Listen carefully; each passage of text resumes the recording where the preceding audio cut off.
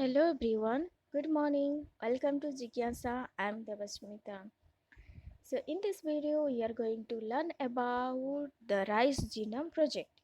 So it's under the biotechnology section, and this is mainly for the BSc and MSc students because in nowadays it's a very improvement or in development of the science in the various research field and you can see the development of the different section of the or different parts of the biotechnology.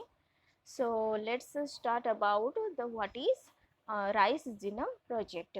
So before going to start about the rice genome project, so what we are going to cover in this particular section or in this particular video. So first things, what is genome project? So genome project क्या है ये आपको पता होना चाहिए पहले कि genome project क्या है, उसके बाद जा कर के हम लोग राइस जीनोम प्रोजेक्ट के बारे में जान सकते हैं. सेकेंड क्या है ना, what is rice genome project.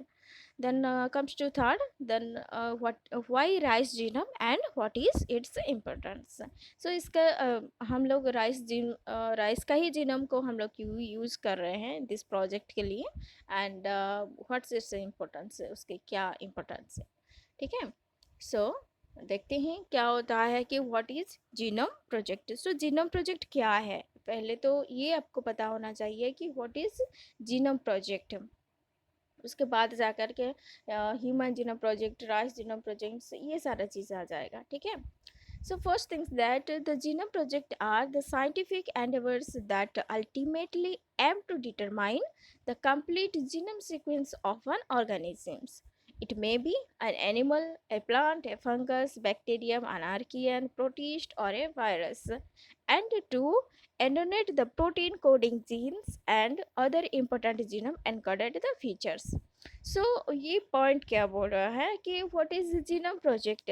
Simply we just call as the what is genome project. Actually क्या होता है ना, genome every each and every organism has a specific chromosome number. आप लोगों को पता ही ये सारा चीज़. तो जीनोम प्रोजेक्ट क्या होता है ना, जो साइंटिस्ट लोग हैं तो वो न्यूली रिसर्च कर रहे हैं या फिर डिस्कवर कर रहे हैं, अभी भी चल रहा है काम उसमें.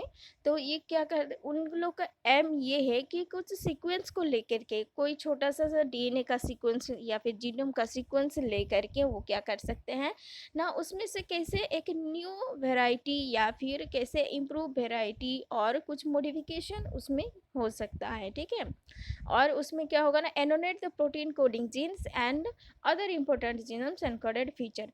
सपोज कोई भी जीन, सपोज कि उसमें हम लोग कोई भी जीन जो कि क्या क्या कर रहा है ना, कर्ली हेयर कर रहा था. ठीक है. तो अगर उसमें कोई सीक्वेंस हम लोग ले लेते हैं तो उसमें छोटा सा सीक्वेंस ले लेते हैं जो कि क्या बनाता है, मॉर्फोलॉजिकली क्या कर रहा है, कर्ली हेयर बना रहा है. ठीक है. तो उसको अगर हम लोग ले रहे हैं तो उसको अगर कट कर रहे हैं, मॉडिफाई कर रहे हैं, कुछ भी कर रहे हैं, उसमें म्यूटेशन करवा दे रहे हैं, तो वो क्या होगा, नेक्स्ट टाइम क्या बनेगा, एक न्यूली उसको फीचर हो जाएगा. ठीक है. और हम लोग को तो पता है कि अगर कोई भी डीएनए सीक्वेंस प्रेजेंट है, अगर हम लोग को उसका बेस पेयर सीक्वेंस पता है तो उसमें से हम लोग क्या कर सकते हैं, तो वो तो डायरेक्टली क्या करेगा ना, एमआरएनए सिंथेसाइज कर सकता है, उसके बाद वो प्रोटीन को मॉडिफाई कर सकता है. ठीक है. तो ये एक्चुअली जीनोम प्रोजेक्ट है. इट में भी ये कुछ भी हो सकता है, एनिमल हो सकता है, प्लांट हो सकता है, फंगस, बैक्टीरियम, आर्कियन, कुछ भी हो सकता है. ठीक है. तो एक्चुअली जीनोम प्रोजेक्ट क्या है ना, छोटा सा सेगमेंट को ले करके एक उसमें क्या है ना, प्रोटीन का एनकोडेड करना को हम लोग क्या कहते हैं ना, जीनोम सीक्वेंस या फिर जीनोम प्रोजेक्ट बोलते हैं. ठीक है. The genome sequence of an organism include the collective DNA sequences of the each chromosome in the organism. ठीक है. So let's comes to the third point. For a bacterium containing a single chromosome, a genome project will aim to map the sequence of that particular chromosome. So इसमें क्या होता है ना, bacterial का जो chromosome होता है उसमें क्या होगा ना, बैक्टीरियल का सिंगल क्रोमोसोम जिसमें जीनोम प्रोजेक्ट क्या किया जाता है ना, उसमें मैपिंग सीक्वेंस का डेवलपमेंट करने मतलब करने का वो एम रखे हैं. ठीक है.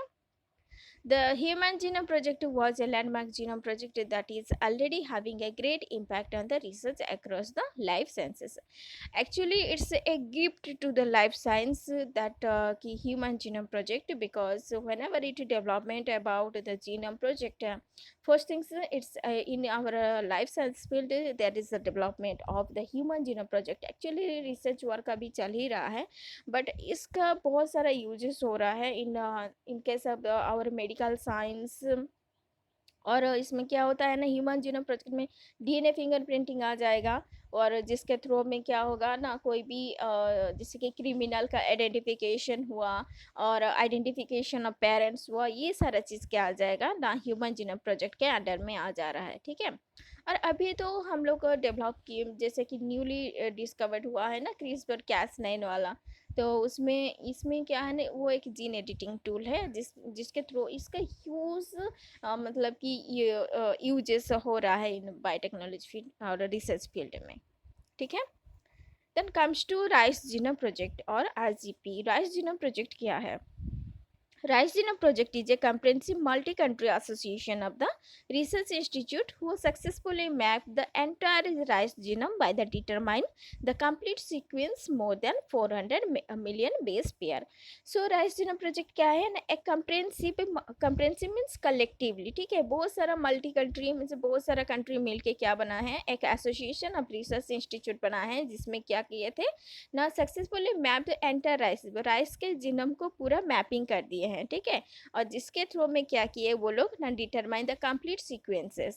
सो पहले क्या किया ना, राइस का जीनोम लिए, उसके बाद क्या हुआ ना, वो लोग उसको मैप कर दिए, जिसके थ्रू में क्या होगा ना, होल एंटायर राइस का जो जीनोम का सीक्वेंस है, और जो कि 400 मिलियन बेस पेयर है, उसको वो एनकोडेड कर दिए। ठीक है, तो ये हुआ राइस जीनोम प्रोजेक्ट है।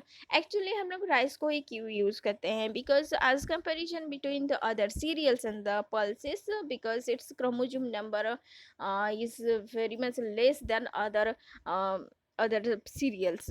That's why, and its sequence और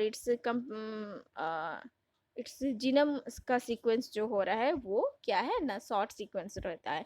हम लोग कोई भी करते हैं तो रिसर्च या फिर कोई भी जीन का एडिटिंग करते हैं तो पूरा होल डीएनए का सीक्वेंस तो हम लोग नहीं लेते हैं ना, छोटा सा सेगमेंट लेते हैं जो कि स्मॉलर होता है। और क्योंकि हम लोग किसी के और कोई भी ऑर्गेनिज्म या फिर कोई भी बॉडी में अगर इंजेक्ट करते हैं तो स्मॉल सीक्वेंस ही लेते हैं ना, तो वही हम लोग को क्या करना है ना, इंजेक्ट करने में भी और कटिंग करने में भी इजी होता है, देन उसको हम लोग कहाँ किसी के ये में भी इंजेक्ट करने में इजी होता है, किसी भी ऑर्गेनिज्म में। ठीक है, तो इसीलिए हम लोग जो भी शॉर्ट सीक्वेंस रहता है तो उसी को ही प्रीफर करते हैं हम।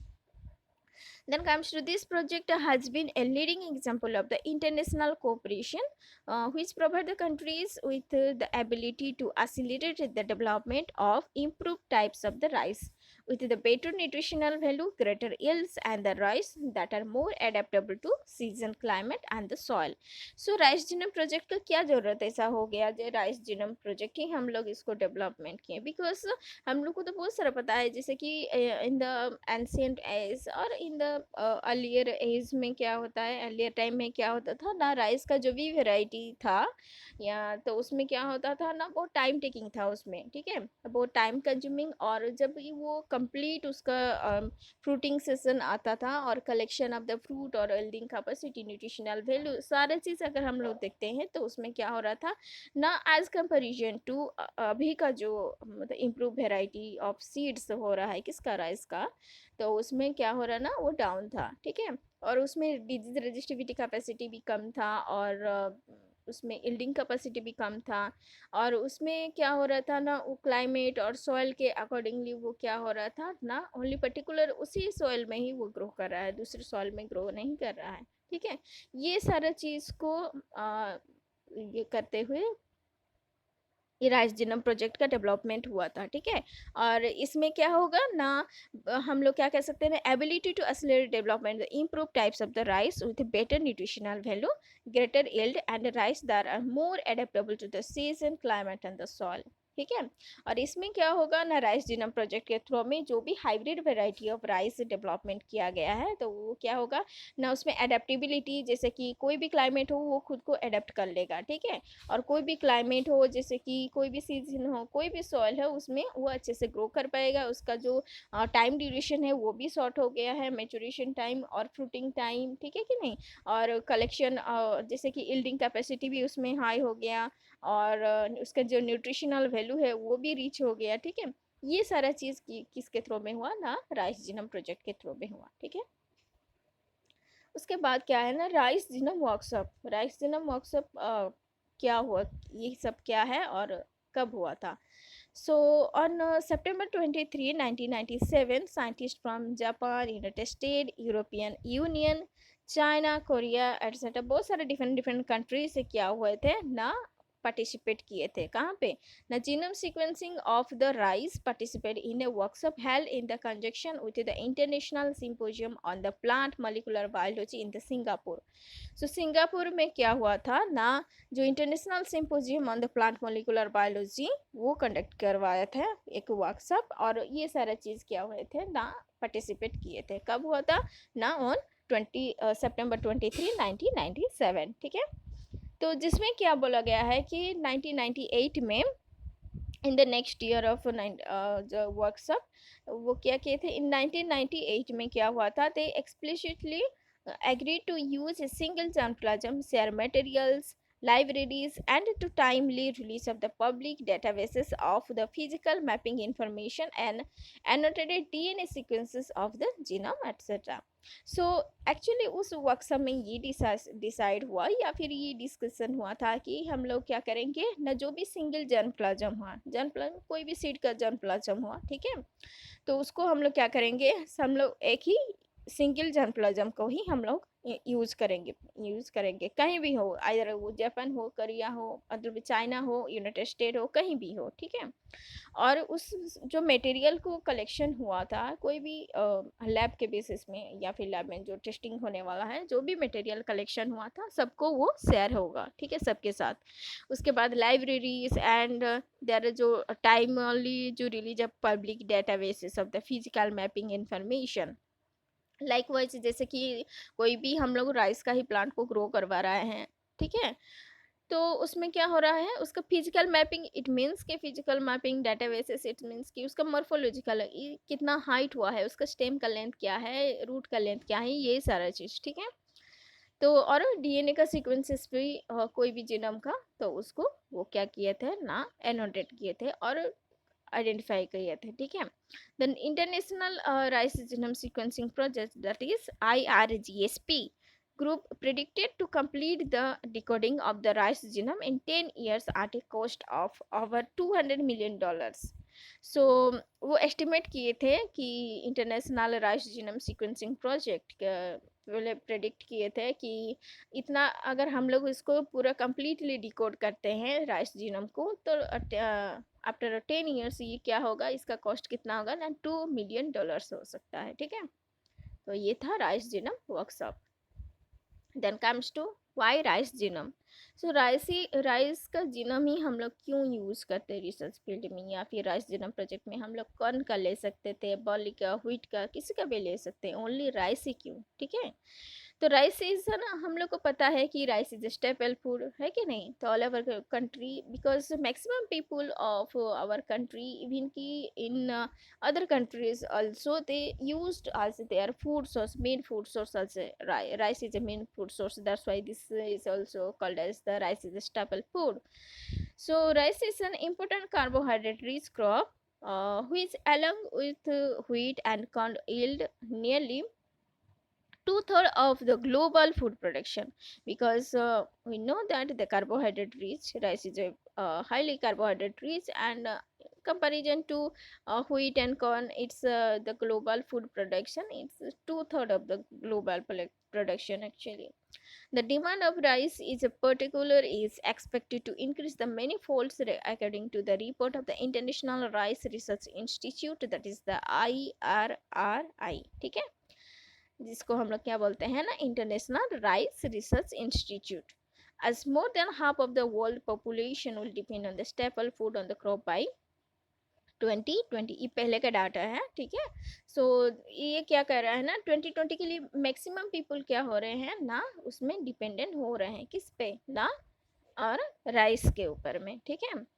तो rice is a model plant for the research as it has the smallest genome as compared to the other major cereals, because हम लोग का 6 ट्रू सीरियल्स जो था, ठीक है कि नहीं, व्हीट, बार्ली, सरगम, ओट्स, कॉर्न, मेज, ठीक है, ये सारा चीज़ उसमें क्या हो रहा है ना, राइस जो हो रहा है वो इम्पोर्टेंट सीरियल्स हो रहा है। और इसी को ही हम लोग क्या कहते हैं ना, मॉडल प्लांट्स के हिसाब से यूज़ करते हैं, किसमें ना, रिसर्च के फील्ड में, बिकॉज इसका जो जीनोम का साइज है क्या है ना, वो स्मॉल है, ठीक है। इसका जो अगर अगर अगर क्रोमोसोम नंबर हम लोग देखते हैं तो उसका डिप्लॉयड नंबर इज 24, ठीक है, एंड इसका haploid number is the 12। So जो कि as comparison between two other cereals, major cereals में क्या होगा ना, कॉर्न, व्हीट, बार्ली, सरगम, इन सब से क्या है ना, ये स्मॉलेस्ट है। और कितना स्मॉलेस्ट है ना, instance the rice is 6 times smaller than the corn. अगर हम लोग मेज के कंपैरिजन में हम लोग देख रहे हैं तो ये 6 टाइम्स स्मॉलर है। अगर हम लोग व्हीट के कंपैरिजन में देखेंगे, ये 37 टाइम्स क्या है ना, स्मॉलर है। इसीलिए हम लोग क्या कहते हैं ना, राइस को ही as a model plant use करते हैं इन आवर रिसर्च फील्ड, ठीक है। सो इसका इम्पोर्टेंस क्या है, राइस जीनोम प्रोजेक्ट का क्या इम्पोर्टेंस है, किस लिए हम लोग इसको एक्चुअली राइस जीनोम प्रोजेक्ट में यूज करते हैं। So rice genome project actually the fundamental information about the genetic makeup of the rice which help in the scientist, तो साइंटिस्ट लोग को ये क्या करता है, कुछ हेल्प करता है, ठीक है। और इसमें क्या फर्स्ट थिंग्स क्या है ना, to develop the improve variety. हम लोग जब प्लांट ब्रीडिंग देखते हैं उसमें क्या हो रहा है ना, बहुत सारे हाइब्रिड सीड्स का फॉर्मेशन होता है या फिर डेवलपमेंट होता है डिफरेंट डिफरेंट प्रोसेस में, ठीक है। तो राइस जीनोम प्रोजेक्ट के थ्रू एक्चुअली मेन मोटिव क्या है इसका, हम इसमें हाई यील्डिंग कैपेसिटी वाला राइस वेराइटी हम लोग को मिल सकता है, ठीक है।